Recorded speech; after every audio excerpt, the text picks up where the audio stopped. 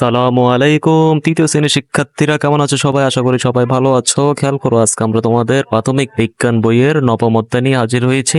নবম অধ্যায়ের নাম হচ্ছে জীবনের জন্য সূর্য। তো শিক্ষার্থীরা, এই অধ্যায়ে আমরা সূর্য সম্পর্কে অনেক কিছু জানবো।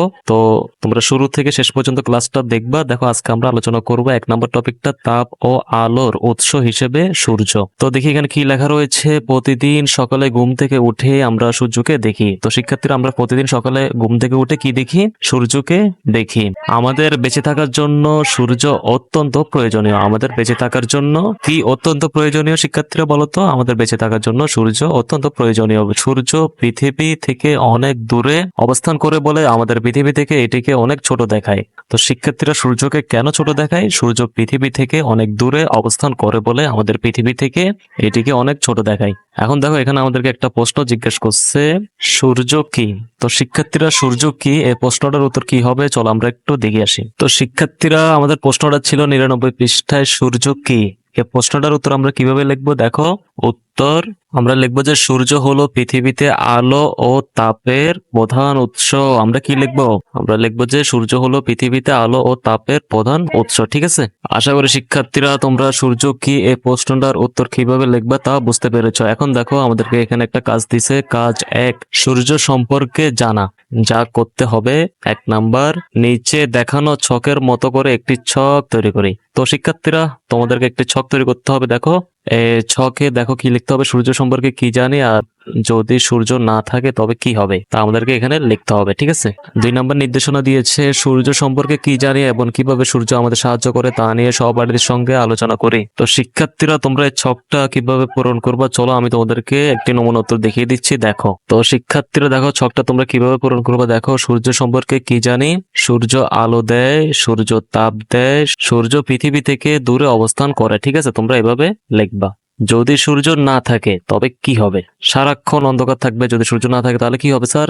সারাক্ষণ অন্ধকার থাকবে। উদ্ভিদ খাদ্য তৈরি করতে পারবে না, প্রাণীরা খাদ্য তৈরি করতে পারবে না। ঠিক আছে, উদ্ভিদ মানে গাছ যারা আছে, গাছেরা খাদ্য তৈরি করতে পারবে না, আর প্রাণীরা মানে পশু পাখি যারা আছে তারাও খাদ্য তৈরি করতে পারবে না। তোমরা এগুলো লিখবা। ঠিক আছে, আশা করি শিক্ষার্থীরা তোমরা এই ছকটা পূরণ করতে পেরেছো। এখন দেখো, শিক্ষার্থী কি জিজ্ঞেস করতেছে, সূর্য থেকে আমরা কি পাই? যদি সূর্য না থাকে তবে আমাদের কি হবে? তো চলো, এই প্রশ্নগুলোর উত্তর কি হবে আমরা তোমাদেরকে দেখিয়ে দিচ্ছি। দেখো, তো শিক্ষার্থী জিজ্ঞেস করেছিল সূর্য থেকে আমরা কি পাই। তোমরা এই প্রশ্নটার উত্তর কি লিখবে? দেখো, সূর্য থেকে আমরা তাপ ও আলো পাই। সূর্য থেকে আমরা কি পাই শিক্ষার্থীরা? সূর্য থেকে আমরা তাপ ও আলো পাই। ঠিক আছে, তারপরে দেখো, শিক্ষার্থী কি জিজ্ঞেস করেছিল, যদি সূর্য না থাকে তবে আমাদের কি হবে? এই প্রশ্নটার উত্তর কি লিখবে? দেখো, সূর্যের আলোর কারণে আমরা দিনের বেলায় দেখতে পাই।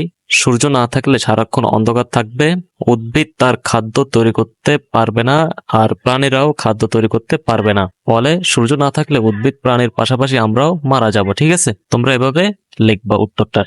আশা করি শিক্ষার্থীরা তোমরা এই 2টা প্রশ্নের উত্তর কি হবে তা বুঝতে পেরেছো। এখন দেখো, পরবর্তী পৃষ্ঠায় কি লেখা রয়েছে, সূর্য কি করতে পারে। আচ্ছা, সূর্য কি করতে পারে? চলো শিক্ষার্থীরা, এই প্রশ্নটার উত্তর কি হবে আমরা দেখে আসি। তো শিক্ষার্থীরা, আমাদের 100 পৃষ্ঠা প্রশ্নটা ছিল। দেখো, সূর্য কি করতে পারে, এই প্রশ্নটার উত্তর আমরা কিভাবে লিখবো। দেখো, উত্তর, সূর্য অনেক কিছু করতে পারে, যেমন উদ্ভিদ ও প্রাণীর বেঁচে থাকার জন্য প্রয়োজনীয় শক্তির যোগান দিতে পারে, পৃথিবীর তাপমাত্রা নিয়ন্ত্রণ করতে পারে, আর পৃথিবীকে কি আলোকিত করতে পারে। আমরা জাস্ট 3টা কাজ লিখলাম। ঠিক আছে, তোমাদের সুবিধার্থে জাস্ট 3টা কাজ লিখলাম। সূর্য কিন্তু অনেক কিছু করতে পারে, তার মধ্যে আমরা তোমাদেরকে 3টি জিনিস লিখে দিয়েছি। ঠিক আছে, তোমরা এভাবে লিখলে হবে। আশা করি শিক্ষার্থীরা তোমরা প্রশ্নটার উত্তর কিভাবে লিখতে হবে তা বুঝতে পেরেছো। এখন দেখো, 2 নম্বর কাজ, কাজ 2, সূর্যের আলোর উজ্জ্বলতা এবং তাপ পর্যবেক্ষণ। যা প্রয়োজন, আতশ কাচ, 1 টুকরো কালো কাগজ।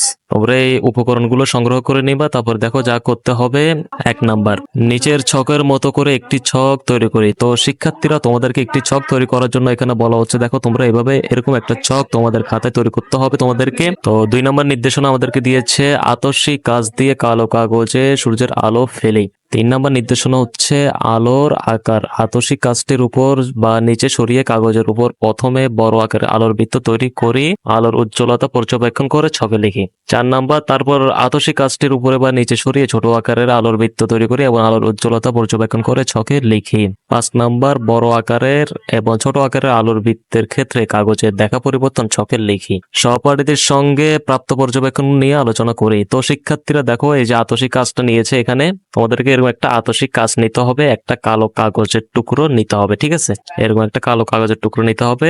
তো পরীক্ষাটি বাইরে করতে হবে যাতে সূর্যের আলো পড়ে। তো শিক্ষার্থীরা তোমরা যে এখানে আতসী কাজটা দেখতে পাচ্ছ, এই আতসী কাজটা তোমাদেরকে নিতে হবে। এই যে আতসী কাজটা আছে শিক্ষার্থীরা, তোমরা এই আতসী কাজটা এই কালো কাগজ থেকে উপরে আর নিচে নামিয়ে দেখবা, ঠিক আছে? উপরে নিচে নামিয়ে দেখবা। নামিয়ে দেখলে কি পাবা দেখো শিক্ষার্থীরা, একটা আলোর বৃত্ত পাবা। আলোর বৃত্ত দেখো বিভিন্ন জায়গায় বিভিন্ন রকম দেখা যাচ্ছে। তো এই যে দেখো শিক্ষার্থীরা, এটা আলোর বৃত্তটা দেখা যাচ্ছে বড়, এই আলোর বৃত্তটা দেখা যাচ্ছে ছোট। তো এরকম পর্যবেক্ষণ করে তোমাদেরকে এই ছকটি পূরণ করতে হবে, ঠিক আছে? তো শিক্ষার্থীরা দেখো, এই যে পরীক্ষাটা তোমরা করবা, এই পরীক্ষাটা করে এই ছকে কি লিখবা তার উত্তর কিন্তু বই দেওয়া রয়েছে। দেখো পরের পৃষ্ঠা দেখো, কাগজ পোড়াতে সূর্যের আলো কিভাবে ফেলতে হবে। সূর্যের আলো এমন ভাবে ফেলতে হবে যেন আলোক বৃত্ত ছোট হয়, ঠিক আছে? ফলাফল, এই যে শিক্ষার্থীরা তোমরা এইভাবে ছকটা পূরণ করবে। দেখো এখানে উত্তরটা দেওয়া রয়েছে, কালো কাগজে আলোক বৃত্তের আকার বড় ছোট, উজ্জ্বলতা কম বেশি। মানে আলোক বৃত্ত যখন বড় হবে তখন এর উজ্জ্বলতা কম হবে, আর কালো কাগজে যখন সূর্যের যে আলো পড়তেছে কালো কাগজের উপর, ওইটা যখন ছোট হবে তখন ওই আলোর উজ্জ্বলতা বেশি হবে, ঠিক আছে? কাগজে দেখা পরিবর্তন, সূর্যের আলো যখন কালো কাগজে পড়তেছিল তখন বড় আকারের বৃত্তের কারণে কাগজ গরম হয়ে গিয়েছে, ছোট আকারের বৃত্তের কারণে কাগজ থেকে ধোঁয়া উঠছে, মানে কাগজটা পুড়ে যাচ্ছে, ঠিক আছে?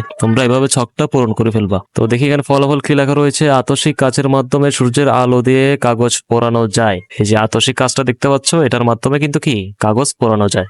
আলোক বৃত্তের আকার ছোট হলে আলো সবচেয়ে উজ্জ্বল হয়ে ওঠে। মানে আলোক বৃত্তের আকারটা যদি এরকম হয় তাহলে কি হয়, আলোক বৃত্তের আকার ছোট হলে আলো সবচেয়ে উজ্জ্বল হয়ে ওঠে, মানে বেশি চোখে দেখা যায়। কাগজ থেকে উপরে ধোঁয়া উড়ে যেতে দেখা যায়। ছোট আলোক বৃত্তের জন্য কাগজে আগুন ধরে যায়, ঠিক আছে? সূর্য যে তাপ ও আলোর উৎস সে সম্পর্কে আরো কিছু জানি। পৃথিবীতে সূর্য হলো আলোর প্রধান উৎস। তো শিক্ষার্থীরা প্রশ্ন আসতে পারে, পৃথিবীতে একমাত্র আলোর প্রধান উৎস কি? উত্তর হবে কি সূর্য।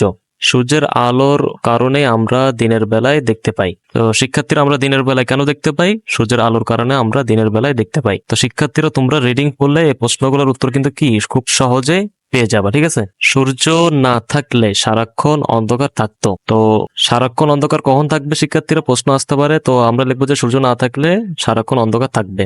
সূর্য তাপেরও প্রধান উৎস। তো প্রশ্ন আসতে পারে তাপের প্রধান উৎস কি? উত্তর হবে সূর্য।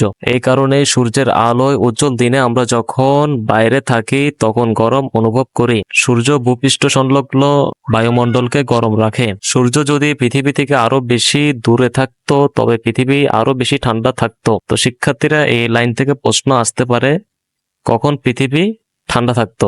যখন সূর্য পৃথিবী থেকে আরো দূরে থাকতো তখন পৃথিবী আরো ঠান্ডা থাকতো, ঠিক আছে? পৃথিবীর যেসব অঞ্চলে সূর্যের আলো অনেক কম পড়ে সেসব অঞ্চল বেশি ঠান্ডা ও বরফে আবৃত থাকে। তো শিক্ষার্থীরা পৃথিবীর কোন অঞ্চল বেশি ঠান্ডা ও বরফে আবৃত থাকে?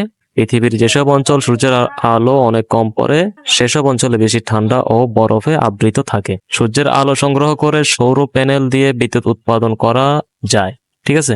এছাড়া সূর্যের তাপ ব্যবহার করে সৌর চুলাও তৈরি করা যায়। উল্লেখ্য, সৌর চুলা ও সৌর প্যানেল দূষণমুক্ত ও পরিবেশ বান্ধব। তো প্রশ্ন আসতে পারে, পরিবেশ বান্ধব দুটি উপকরণের নাম বলো। তো আমরা লিখবো কি সৌর চুলা ও সৌর প্যানেল, ঠিক আছে? তো ছবিতে আমরা দেখতে পাচ্ছি সৌর চুল্লি, আর এখানে আমরা একটি সৌর প্যানেলের ছবি দেখতে পাচ্ছি। এটার মাধ্যমে কি হবে শিক্ষার্থীরা, সূর্যের আলো ব্যবহার করে বিদ্যুৎ উৎপাদন করে ঘরে যে টেলিভিশন ফ্যান রয়েছে এগুলো চলবে, ঠিক আছে? আশা করি শিক্ষার্থীরা তোমরা আজকের ক্লাসটি ভালোভাবে বুঝতে পেরেছো। পরবর্তী ভিডিও ক্লাসে শিক্ষার্থীরা আমরা 2 নম্বর টপিকটা নিয়ে আলোচনা করব, জীবনের জন্য সূর্যের গুরুত্ব। এই টপিকটা আমি তোমাদের ভালোভাবে বুঝিয়ে দিব। পরবর্তী ভিডিও ক্লাসটি পাওয়ার জন্য তোমরা আমাদের চ্যানেলটি অবশ্যই সাবস্ক্রাইব করে রাখো, যাতে পরবর্তী ভিডিও আপলোড করার সাথে সাথে তোমাদের মোবাইলে পেয়ে যাও। সবাই ভালো থাকবা, সুস্থ থাকবা। এতক্ষণ সাথে থাকার জন্য সবাইকে ধন্যবাদ।